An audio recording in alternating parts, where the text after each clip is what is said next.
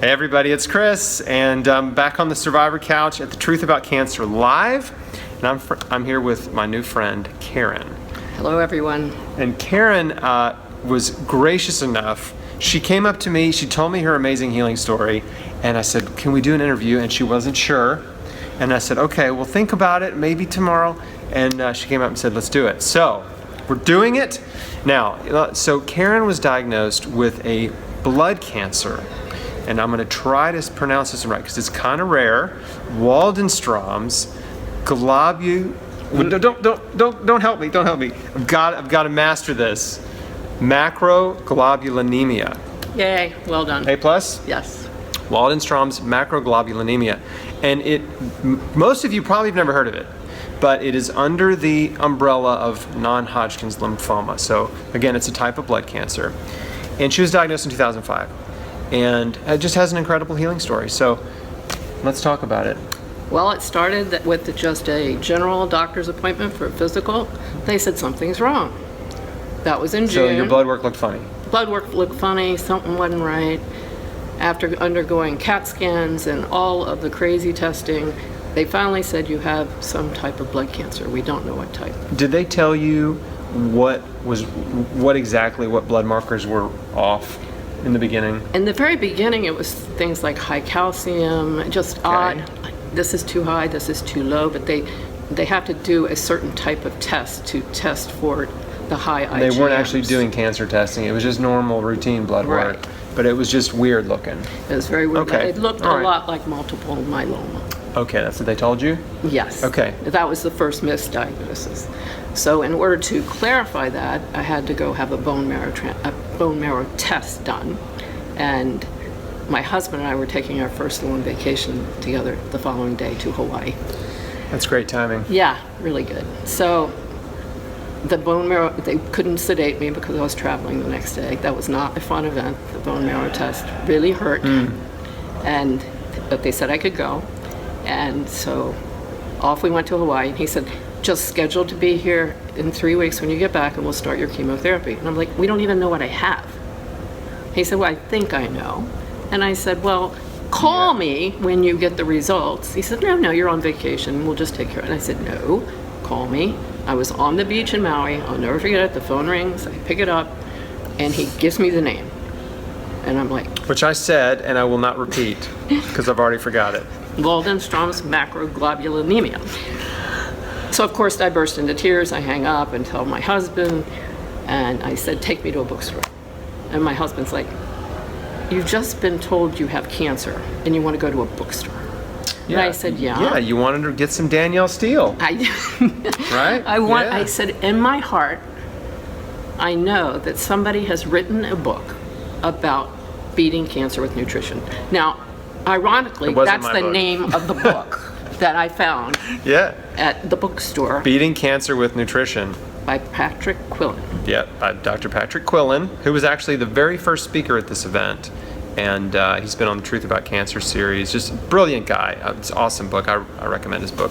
And that's one of the main motivators for me to be here, was to personally thank him for saving my life, because he gave me the courage to do the research, read his book. By the time I got back to the States, met with my oncologist, did the further testing to make sure it hadn't spread in my body that they wanted me to do, which in hindsight I would have never done.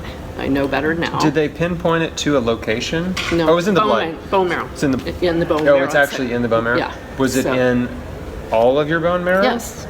Okay. Yes. Okay. Yes, throughout the whole body. Yeah. And so... That's not good. No. And this doctor got very upset with me because I wasn't going to do the chemo, and said the normal things that they say, such as, you might be dead in 6 months if you don't do the chemo. And I said, well, will the chemo cure me? Oh, no. It can't. You will live with this the rest of your life, but it'll knock the numbers down. And I was like, well, if it's not going to cure me, I don't think I want to do it. That's a very important question, folks, right? A very important question that surprisingly a lot of cancer patients never ask, right? Because I believe they don't ask it because they're scared to hear the answer, right? they're scared to hear the no, Yes. it won't cure you. And they just want to believe that maybe it will, right? That it might or whatever. And because when they say no, it won't, then you're faced with this like little bit of a dilemma. Like, well, wait a second. Why am I doing this? And my thought process at that point was, if I die in 6 months, but I'm feeling like I feel it now because I felt fine, so be it. You didn't feel sick. I didn't feel sick. I slightly dizzy. That was Okay. the only symptom I had. And is that a typical symptom Yeah. of this? Okay. Yeah, because All the right. blood is very, very thick, so it's Oh. hard to pump it. And So you get a little lightheaded, Yeah. maybe? Okay, that's interesting. Yeah. Okay. So fortunately, I had a very supportive husband, and he agreed to go the nutritional approach with me and seek out holistic. We went to an iridologist, and they put me on a detox system, and we detoxified. Meanwhile, Where were you living? Baltimore, Maryland. Okay. So we have Johns Hopkins there. We have, my doctor was at a different hospital. He did request that I go get a second opinion from a specialist in my disease category, which doesn't see that many people here, who Yeah. happened to be at Mayo Clinic. So we fortunately could afford to go to Mayo Clinic, and we went to Mayo Clinic, went through the process there, met with the specialist. I told him what I wanted to do based on Patrick's book and what I had already started doing, and he said, "You go." He said, "That is a great approach." He said, "I like it. I'm going to follow you." And to this day, since 2005, every year I get a letter from his office. How are you doing? Which How is awesome. amazing is that? Okay, Which is like awesome. let me just say kudos to this doctor Yep. because he is not like many Yep. that I hear about from patients that I talk to all the time. Right? I mean, that was a blessing, wasn't it? Oh, it was huge because he gave me permission Yeah. to keep going. Yeah. And let me just say, sometimes you got to do it without permission. Yes, right? definitely. But You got to go with your instincts and intuition, and sometimes you just got to do it without permission. And that's harder psychologically, but you can do it. I didn't have permission. yeah, most people don't. And I was Most very people don't. fortunate to get, because of this type of disease, he was comfortable with that track. So we get home. I have to go to my oncologist every 3 months and have blood taken because he's sure it's going to be going like this. Yeah. You know? What was his rationale for giving you the like thumbs up? Was it, I'm guessing, I mean, correct me if I'm wrong, one, he knew it wasn't curable, and two, maybe it was kind of slow growing anyway, or no? Both of those, and the third, which he actually vocalized, and we won't use his name, he said, if you start the chemo, that is going to hurt your other body organs. And so he was very honest about that with me. Yeah. And I had researched it, and I knew that that was going to be a side effect. Yeah. And Chemo does collateral damage, folks. Collateral It's head to damage. toe. Yeah. Right. They like to call it targeted therapy sometimes, which is deceptive, but it does. It hurts your brain, your liver, your lungs, your kidneys, your digestive tract. It causes nerve damage. It hurts destroys bone marrow and depletes and destroys your immune system. Like, your gut biome, I mean, everything goes. Really, it's your teeth start crumbling. You can lose your hearing. Eyesight can be affected. I mean, like every part of your body is injured by chemotherapy, and sometimes it's just short term, but sometimes it's long term. So it's something. Again, I'm not saying no one ever do chemo, but I'm saying you really need to understand. A, is it going to cure you? And B, what are the risks and side effects of doing this?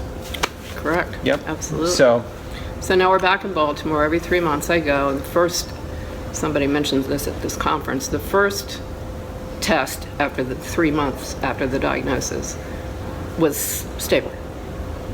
Stable is good. Yeah, stable's good. Stable is not worse. I've said this many times. Stable is awesome. Stable's great. Stable's good news. Sometimes doctors try to spin it, and they will say, well, your tumor hasn't shrunk, so what you're doing isn't working. That's exactly what he said. Your tumor load, because it's a blood thing, has not shrunk, so what you're doing is not working. I said, you've only given me 3 months. I Yeah. said, I asked for 1 year. Yeah. I want 1 year. So 3 months later, it got a little better. 6 months later, there was a significant drop in the tumor load. And he said to me, "What are you doing?" So I thought he wants to know what I'm doing, right? What you're doing isn't working, and now it's, what are you doing? Right. Because it is working. So I start explaining to him what I'm doing, and you're not going to believe this. He crosses his arms and he says, "Don't you feel foolish going to an herbalist when you have to buy your herbs from them? They're just selling you their stuff. It's not going to help you." And I don't know how my brain thought of this, but I just sat back and I said, you know, the herbs I can get online, because, you know, there were websites then, and you could order stuff online, or you could go to your local health food store and buy the herb. I said, but the last time I looked, the health food store is not selling chemo. You're the only guy in town selling chemo. And the look on his face was, he was horrified. He had never thought of it that way.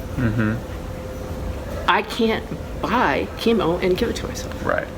So That's right, that folks. was a turning point. And then finally, You felt pretty good after that. You're like, I did.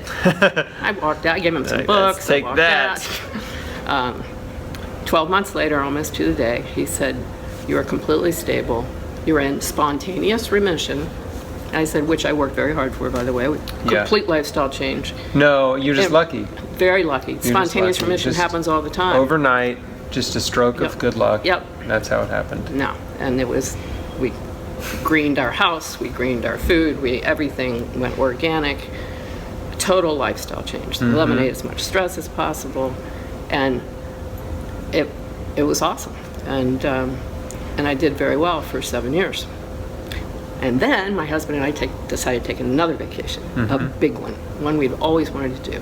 We're going to go to the Far East. We're going to cruise for 50 days. Oh. We're going to spend time with our friends in Europe. I love that. And it's like, this is great. Yeah. Except me. I became dumb. I'm on this cruise. It was our anniversary. All this stuff was going on. And I'm like, I've been stable for 7 years.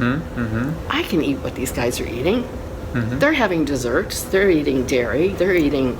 Yeah. And I started eating all this stuff. Yeah, party it up. I get Yeah, it. party. Yeah. Not for 2.5 months. Suddenly, towards the end of the trip, I'm getting real dizzy again. This is really interesting. creepy. And then I started having nosebleeds, which is not a good sign if you have blood cancer. This is a very bad sign. So I told my husband, I said, when we get home, I have to go to the doctor because something really bad is going on. So at that point, I had just a general doctor, wasn't going to the oncologist anymore. And she tested my blood. And at diagnosis, the tumor load was X. And after 7.5 years, the tumor load was double X. I'd gone from 1/2 X to double. I was in bad shape. So you had halved it doing what you were doing Correct. before. And it then stabilized there. It jumped up to where it was and twice that. I understand. So I immediately, of course, went back on all my protocols, went back on my herbal teas, detoxed again, did all this stuff. And slowly but surely, the numbers were starting to get better. And then I decided foolishly to go to another expert in my disease, thinking that he might be able to cure me. And he decided to take out too much of my blood for research. Okay. And we were in a different city, and so I'm getting a little lightheaded, and they're going to do my second bone marrow to see what's going on. And I completely, I code blued. Wow. And God bless my husband. He walked out of the room and he said, "We need help in here." And when they resuscitated me, which I don't know how they did. You basically died. I did. When I said goodbye to him, because I knew I was going, I said goodbye. And I was sitting in a chair. According to him, I fell to the floor. They came rushing in. When I opened my eyes, there were at least 12 people in the room with every machine known to man. I had paddles on my chest. Oh I my had gosh. diodes on my brain. I was... Step up your nose. And I had this doctor yelling in my ear, "Don't hit the paddles. It's not, her heart is fine. It's her brain." Because it stopped giving blood to my brain, right? Yeah, wow. So anyway, thank God they didn't shocked my heart. So that set me back a bit because I was kind of in a wheelchair for a couple of days after that. And anyway, ever since then, to finish that story, I went back to my hometown, went to a hematologist, and started the same process over again. He said, you really need to start doing the chemo. And I said, nah, give me 6 months or a year. I did this to myself. I've already been working on it for 6 months. Give me 6 more months, and I will be back to stable. He was like, yeah, right, sure. Let me ask you, did you have progress in that 6-month period? Yes, definitely. So you were at 2x? I was at 2x, and when I was at 2x, and when I arrived, I was just under 2x at the specialty place. And when I came back, come down a little. It came back down a little. Then they did a procedure called plasmapheresis, where they take all your blood out and put it through a machine to take the heavy proteins out. And then put it back in. So that drops the numbers dramatically. Got it. So let's say, just on average, let's say the number was 7,500. Just that event dropped it to 1,500. Got it. But then it's going to go all the way back up. Going to come back up. So by the time I got back to Maryland, I think the number was like 6,000. And what's the highest it ever was? For me, 7,900. When the first diagnosis is about 3,200. Got it. Okay. So I get back to this hematologist, and I went through the same process, and I went back on my regime, and again had to go see him every 3-4 weeks to get the blood taken, and we went to Aruba to try to find a home because warm weather is better for my disease, and I gave him my blood, and then I left for 3 weeks. So when I came back from my next appointment, they all came out of the woodwork and said, "You got to go in. You need to be on chemo immediately." I'm like, "No, let's take the blood today and see what it looks like after today," because I'd been in warm weather, I'd been eating organic food, I'd been walking on the beach, I'd been in vitamin D every day, playing with the dolphins. Yes, just living the dream. And that second test showed a significant reduction. Do you remember what that number was? I don't remember that number, but it was enough to get him off my back. Got it. Yep. And that was that was just in 3 weeks, right? Yes. Yeah. And that's great. 3 week. I mean, a 3 week significant drop. Yeah. It's amazing how quickly. Enough to make him go, whoa! It's going the other way. I mean, it's amazing how quickly the body can respond when you give it what it needs and you stop putting in the stuff that is hurting you. Yeah, it was very, very cool. So that was in March, April. Kept going back every 3 weeks to him, and in August, he looked at me and he said, "Why do you keep coming here? You just keep getting better." He said, "You're not getting worse." He said, "I don't want to see you back here until you have blood flowing. Get out of here, again." you healthy person. Exactly. Go away. And that was 3 years ago, 4 years ago, 3 years ago probably. Yeah. And so I haven't been back, and I haven't had a blood test. Look. It's awesome. I mean, so I love your story so much. Thank you. I love it so much, and there's so much to be learned from this, but I think there's a huge lesson here, and one of them is that everybody's different, right? And sometimes cancer just doesn't heal all the way overnight, and even for her, 7 years, it wasn't completely healed. It never will be, probably. It may never be. I can live with this. I know people who have lived to be in their 90s with this disease. Yeah, and she's managing it, right? Keeping it stable with a hardcore nutrition, and like just hardcore nutrition and a really healthy Lifestyle. I was going to say very deliberate lifestyle, right? It's very conscientious. This is an organic dress, right? As somebody said earlier, my underwear is organic. Right? I believe. I'm actually wearing a poly cotton blend, but anyway. Yeah. So I mean, it takes effort, but the amazing thing to me was, until I committed to doing this, I felt like a victim. And the minute that I said, I can make changes, I can do this, and if this helps, I can do more. And it was a wake-up call. It was a wake-up call to change my life, live a better life, and share with others. And I actually, during that time frame, got a master's in holistic nutrition and actually worked at a hospital helping cancer patients survive their chemotherapy. Getting the Coca-Cola off the tray and putting water on the tray made me crazy. made me crazy. I understand. So seeing all that hospital food, which yes, is and hospital food. 98% terrible. Yeah.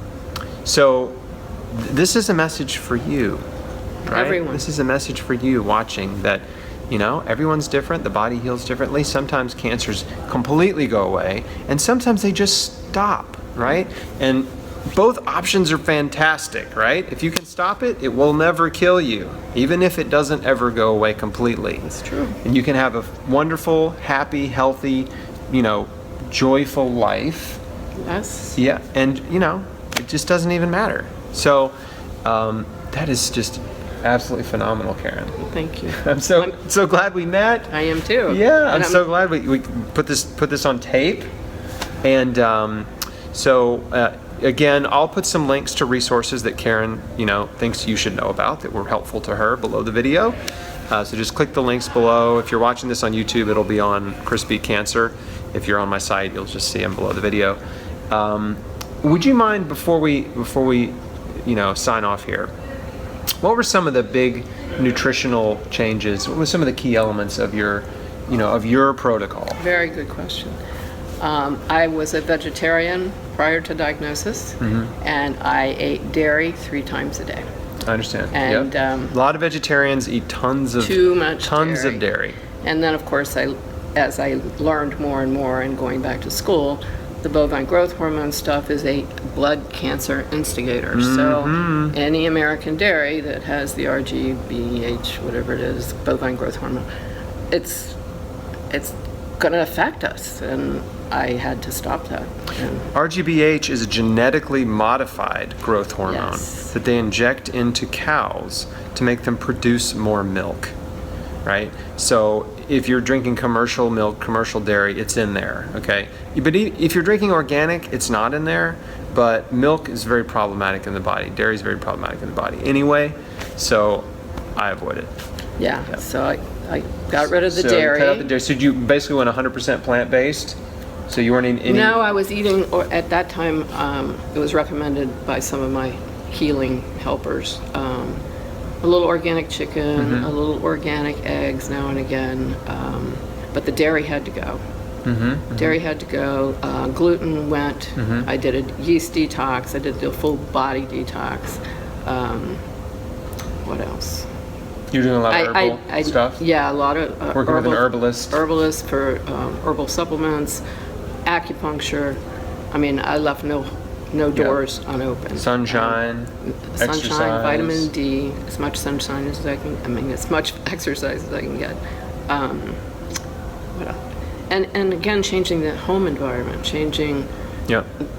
organic sheets and pillows. Getting all the toxic stuff out of your Getting house. all the toxic stuff out of my house, and no toxic cleaning fluids, and dishwashing soap, and all of that stuff. And it seems overwhelming, but it's very easy now, especially in America. You can get all of this stuff online. You can get it all, a lot of it at Target now. Yeah. I mean, it's yeah, just exactly. so many stores are carrying clean, biodegradable, non-toxic body care products and home, cleaning products. Absolutely. Yeah.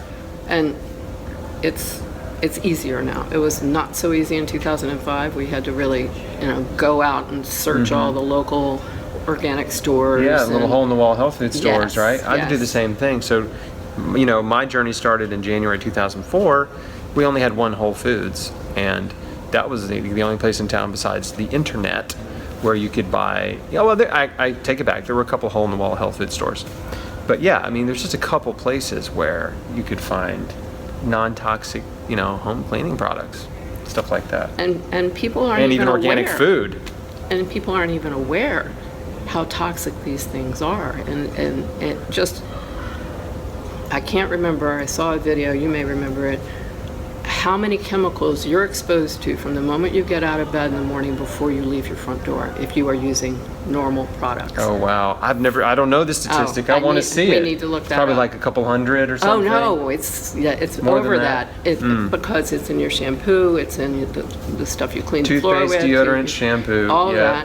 that, and what's coming out of the sofa and what's coming out of the rug, and just the and the aftershave and perfumes and things. The fabric softener, that stupid sheet that everybody puts in their laundry. It's Yeah. like, Stop oh my using gosh. that. Yeah, it's not good stuff. But there's so many little things like that you can do that make a huge difference and take those toxins out of your world. Yeah, all the little stuff adds up to be big stuff, right? So all these little things that seem insignificant are all affecting you, right? It's like the death of 1,000 cuts. Yeah. And so removing and changing all these little things also affects you in a positive way, right? You're removing all these little instigators, all these little injury makers, all these little toxins in your home and your environment and your life. And every one you remove is reducing your toxic load and reducing the load on your liver, on your blood. I mean, all these toxins, they're circulating in your blood. They're circulating throughout your whole body. So cleaning up your home environment is so important, right? I mean, your diet, what you're putting into your body, right, is huge. What you're putting on your body is huge. And what you're breathing in to your body, and that's, again, the toxic fumes and stuff, is huge. So let's clean all that up. Yeah, I totally agree. And the other thing it did for me and my husband was it made us feel like we were doing something proactive. I am actually taking steps to take care of myself, and I'm not. When they did the bone marrow test, it was done in the chemo lab, and to see those people lying in those chairs in total misery with that chemo dripping in them, he and I just both looked at each other and went, "Oh my God, I don't want to live like that." You took your power back. I did. Right? I did. Action feels good, right? Yes. And you have so much power, even if you're doing conventional cancer treatments, even if you're doing chemo. Absolutely. You have so much power to affect your health and to help the drugs work better, right? The better you take care of yourself, actually the better chemo drugs work. There's a lot of studies on this with diet and exercise. So it's not like you have to quit that if you're doing it or you believe in it or whatever, but hey, let's do everything we can do to support health and healing in the process. Absolutely. Right? And that one little example, the chemo patients were vomiting, but they were drinking Coke or Diet Coke while they were getting their injection. And I have this little analogy from my schooling. The body parts talk to each other, and so they communicate on a cellular level. So I've got this IV with chemo coming in, and the liver's down there going, "Oh my God, what is happening to me? What is happening?" And then you put a Coke in here, and the liver says, "Stomach, I am busy. Get rid of that." Boom, it comes right out. You give those patients water, they don't throw up. That is very, very fascinating. That's an awesome analogy and example, actually. A true life example. Yeah. And it makes total sense if you think about the cellular conversation that's going on in your body at all times. Because the liver's the guy doing the work. Nobody else is busy at that time. Everybody else is just like, "Ooh, this is a bad day at the office." You got to take care of your liver, folks. Yeah. Karen, Thank you. You're the best. thank you so much. You're the best. I'm so glad you're here. Thanks for being here. So, folks, aren't you glad I convinced Karen to tell you her story? So good. Anyway, hey, listen, if you think this will help someone that you know, please share it. And frankly, share it anyway, because it will help people that you know, whether you know they need help or not. We just want to spread the message, this message of hope that you can heal, right? That cancer can be healed, that it can be controlled, that you can get your life and your health back, even when you have a crazy, super rare diagnosis, right? There's no reason to panic. There's no reason to make a fear-based decision. And for the vast majority of patients, you have time to read and research. You have time to take control of your health, and you have more options than you realize. But that requires stepping back, right, and taking this Karen's perfect, beautiful approach to it. I mean, let me just give you some kudos, because it's amazing that you didn't get sucked back into fear the second time. I was borderline sucked in because they were really scaring me. I know you were. I'm sure. And my gut kept saying, "Don't go there. You know what you did. You caused this. I caused my cancer to return. I take full responsibility for that." And I just didn't think it would happen that fast. I thought I could go on this glorious vacation and just go back to being normal. No, and I'm not going to try that experiment again. We don't recommend it. No, Kids, no, don't try this at home. I'm not going to try that experiment ever Karen again. listened to her instincts and her intuition, and even though the fear was strong, which it was for me, Yes. like the fear is strong, and you want to just say okay and like give up, right? And just give your authority and your power to someone else and hope that they can cure you. It's just so inspiring and encouraging, and it just lights me up to hear that you went through something so scary twice and still had enough. We're able to get your wits about you, right? Yeah, it's very hard to do in that medical environment when you're hooked up to these machines and they're giving you all this bad news. Yeah. But they don't know. They don't know what the body's capable of doing, of how it can heal itself. I'm fully realizing now that they have no iota. When they are giving people Coca-Cola while they're getting IV chemotherapy, that's insanity. And it should be against the law. Right. Doctors know a lot of things, but they know very little about nutrition, and they know very little about healing. And so, if you're expecting that kind of advice from them, you're not going to get it. And if you want them to validate you pursuing those things, you're probably not going to get that either. Correct. Karen was very fortunate to have a doctor that actually gave her permission. One out of dozens. Yeah, but anyway, this has been so awesome. Thanks for watching, everybody. Again, please share it. I'll see you soon on the next video. Bye-bye. Bye. Thanks for listening.